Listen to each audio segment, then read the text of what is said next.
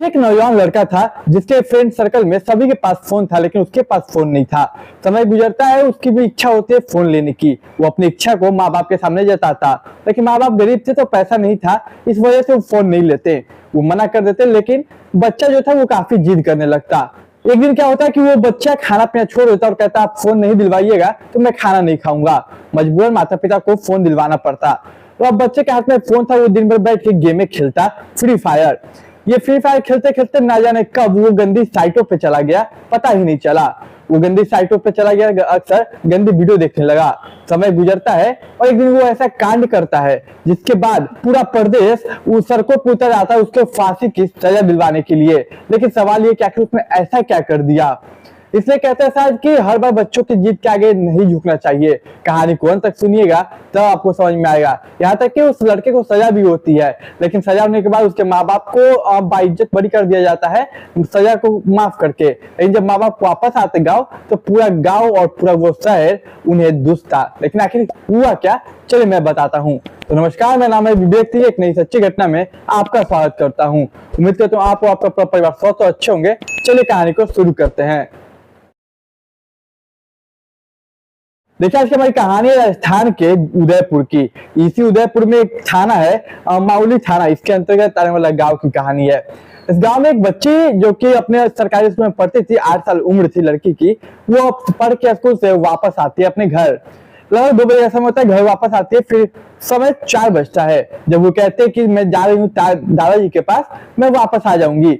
वो कुएं के पास जाती है दादाजी के पास। माँ बाप बोलते ठीक है जाओ। वो निकल जाती घर से। समय गुजरता, समय शाम ढलता तो दादाजी वापस आते, लेकिन वो बच्ची वापस नहीं आती। जब उसके माँ बाप पूछते दादाजी से कि कहाँ है मेरी बेटी, तो बोलते कौन बेटी, मतलब कहाँ है, मेरे पास तो आई नहीं। तो माँ बाप बोलते कि वो तो बोलती मैं दादाजी के पास जा रही हूँ। तो दादाजी बोलते वो तो मेरे तक आ ही नहीं। अब सवाल ये कि आखिर गई कहाँ। फिर माँ बाप खोजने लगते हैं। पूरे खोजने के बाद भी जब लड़की नहीं मिलती तो उन्हें अब टेंशन होती। वो तमाम जगह देखते जहाँ पे वो जाया करती। कभी पड़ोसी के घर देखते, कभी रिश्तेदार के घर देखते, लेकिन अफसोस कि वो बच्ची आखिर की कहाँ गायब हुई किसी को पता नहीं चला। ये बात जब बाहर आती है तो तमाम पड़ोसी भी मदद करते हैं। पूरा पड़ोसी और पूरा परिवार मिलके उस लड़की को खोजता। वो तारीख थी 28 मार्च साल 2023। तो अब जैसे जैसे लोग खोजते रहे थे, लड़की नहीं मिली थी तो घबराहट हो रही थी माता पिता को। 28 मार्च रात गुजर जाती। 29 मार्च 2023 को थाने में रिपोर्ट की जाती। पुलिस फौरन इसको एफआईआर दर्ज करती और इस मामला को गंभीरता से लेती और पुलिस भी उस लड़की की खोजबीन शुरू कर देती। समय गुजरता, पुलिस भी रिश्तेदार, मोहल्ला और सब घर को चेक करते। समय गुजरता 29 मार्च से 29, 30 से 31 और 31 से 1 अप्रैल आता।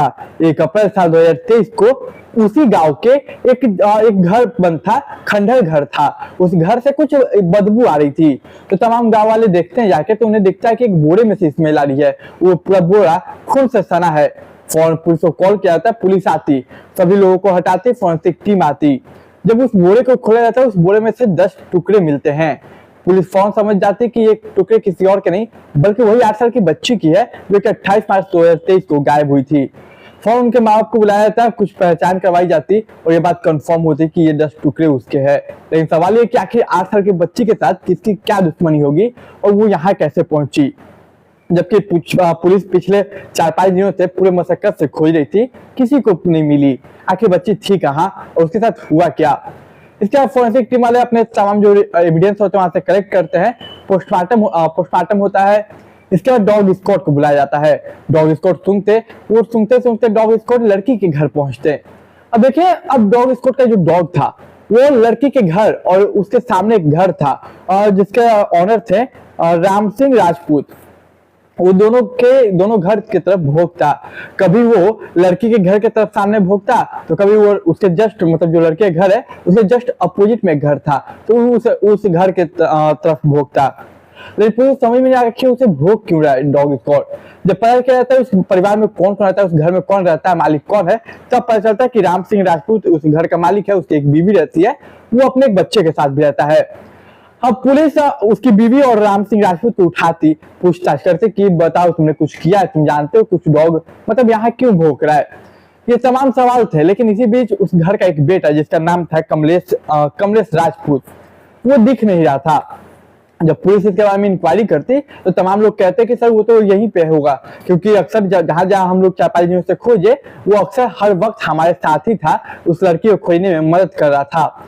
जब ये सवाल पुलिस करती कहाँ है तो मगर इधर उधर कहीं छुपा हुआ था कह सकते हैं, कहीं पे था नॉर्मली, तो मिल जाता।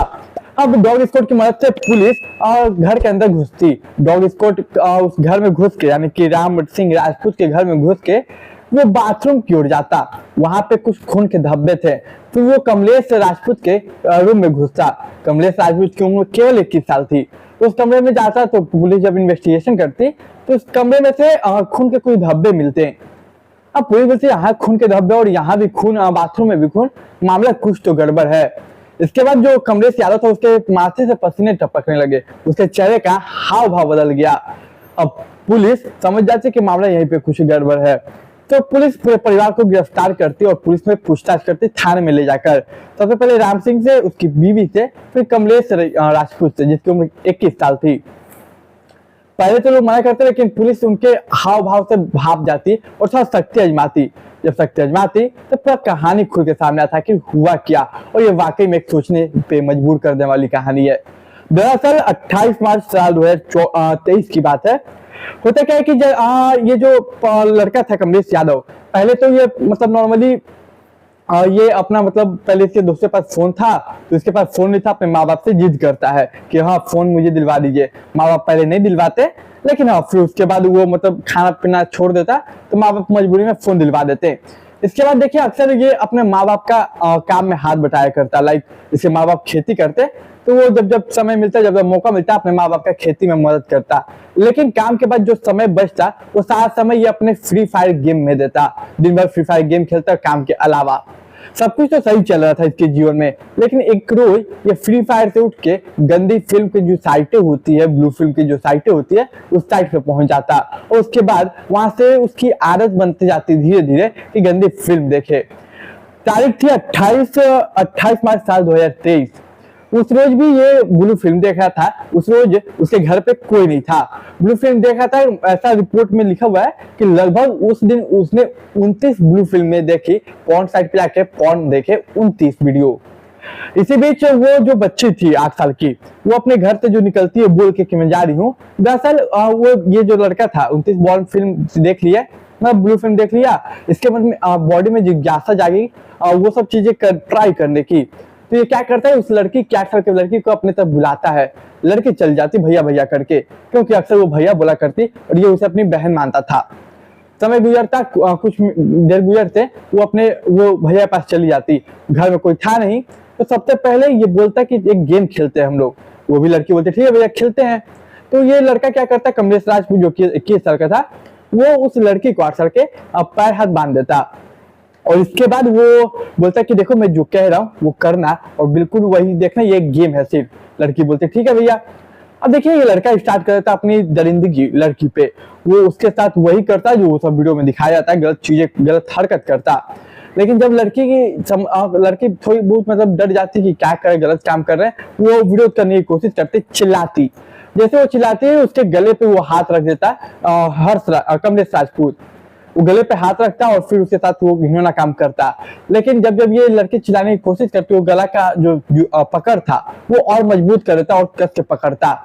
लेकिन देखिए वो अपनी जिंदगी जारी रखता है और ये जो गला पकड़ा हुआ था वो कब कस के पकड़ के, वो कब इतने कस के पकड़ लेता है कि लड़की के बॉडी से प्राण निकल जाता। उस लड़के को पता नहीं चलता, प्राण तो बॉडी से निकल जाता लेकिन वो उसकी दरिंदगी खत्म नहीं होती। वो उस लड़की के साथ तब तक वो गलत काम करता है जब तक उसका मन नहीं भर जाता। जब मन भर जाता तो वो जब छोड़ता हाथ तब उसे ज्ञात होता कि वो लड़की मर चुकी है। अब सवाल ये कि वो करे क्या, वो डर जाता कि अब इसके माँ बाप भी तो खोजेंगे अब, और वो यहाँ है तो यहाँ पकड़ा जाऊंगा मैं, अब करूँ तो करूँ क्या। इसके बाद वो उस लड़की के 10 टुकड़े करता। 10 टुकड़े करने के बाद वो एक बोरा में उस लड़की के टुकड़ों को पैक कर देता।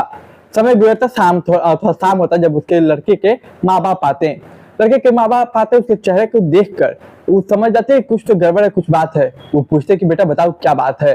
तब वो लड़का ये बताता कि ऐसे ऐसे ये चीजें हुई। अब देखिए उसके माँ बाप भी इस चीज में उसका साथ तो नहीं कहूंगा, लेकिन हाँ सबूत छुपाने में मदद करते।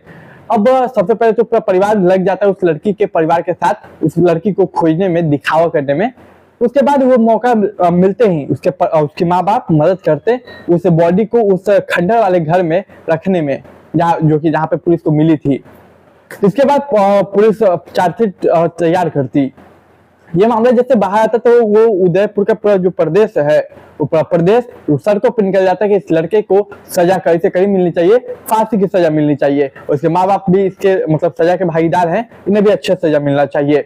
पूरा प्रदेश सड़कों पर उतरता। इसके बाद पुलिस बोलती कि 10 दिनों के अंदर हम चार्जशीट फाइल कर देंगे और इसे कड़ी से कड़ी सजा मिलेगी। उस वक्त इस पूरे प्रदेश में बहुत ही बड़ा मामला था और कई लोग इसे एक हैदराबाद का जो इनकाउंटर हुआ था डॉक्टर वाले केस में उससे रिलेट करते कि इसे भी इनकाउंटर कर देना चाहिए पुलिस को। लेकिन पुलिस कानून से बंधी हुई थी, हर जगह इनकाउंटर नहीं हो सकता। तो ये समय गुजरता है। फिर लगभग जून के महीने में उसके माँ बाप को बेल मिल जाती। जब बेल मिलती वो लोग घर वापस आते तो वहां के जो पड़ोसी थे, गाँव वाले थे, उन्हें ताना मारते, ताना कसते और लगातार उस लड़के के फांसी की डिमांड करते हैं। इसके बाद कई बार ये सोशल मीडिया पे ट्रेंडिंग में भी आया। अभी हाल ही में मई 2024 में ही ये एक प्लेटफॉर्म जो कि ट्विटर था, उस पर भी ट्रेंडिंग में चला था कि उसे फांसी की सजा मिलनी चाहिए।